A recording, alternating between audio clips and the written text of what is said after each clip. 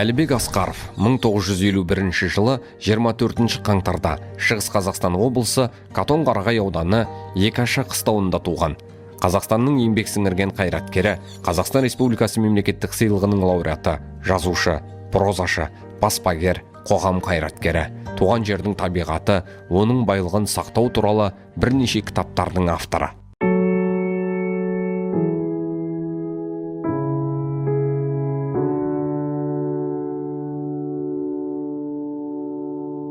Жасымыздан осы Алтайда шөп шауып, отау үйіп өстік. Біздің пионер лагерімізді, артегімізді бәрі осы Алтай. Черновая деген ауыл, соның арғы жағында үлкен бір қойнауда Екаша деген жерде тудым. Біздің ауылдың бір қызығы бұлай шілдай бастала, тіпті азамат соғысы басталып кеткенде бір жағдайда болады. Біріне бір қарауға мұршасы жоқ. Бәрі шөп науқаны. Тауда палаткада жатып шөп шабамыз. Тек оқуға түсер кезде ғана сол 25-ші тамызда тамам босатады. Барыңдар енді оқуларыңа деп. Жаңағы Шорнауа деген қазір Аққайнар деп аталады. Сол жерде 1-ші класты бітірдім.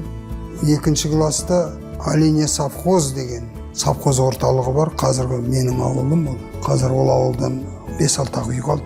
Мен ол ауыл туралы жазғам, ана өр Алтаймен қайтайын биігіңде дегенде сол ауылдың трагедиясы бастан аяқ. 4 класс біткеннен кейін ол ауылда мектеп жоқ болды. Қалған ғұмырымыз біздің сол әр ауылда. Сонда Қатон-Қарағайда мен оқымаған ауыл аз.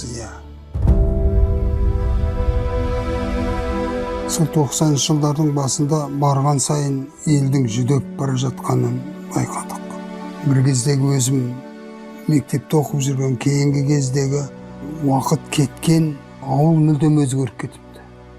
Ауылға барсаң бұрынғыдай арқа-жарқа сені қарсы алып, алатын достарың да жоқ, мұрындарына су жетпей, тауда шөп шауып жүреді, немесе қой бағып жүреді.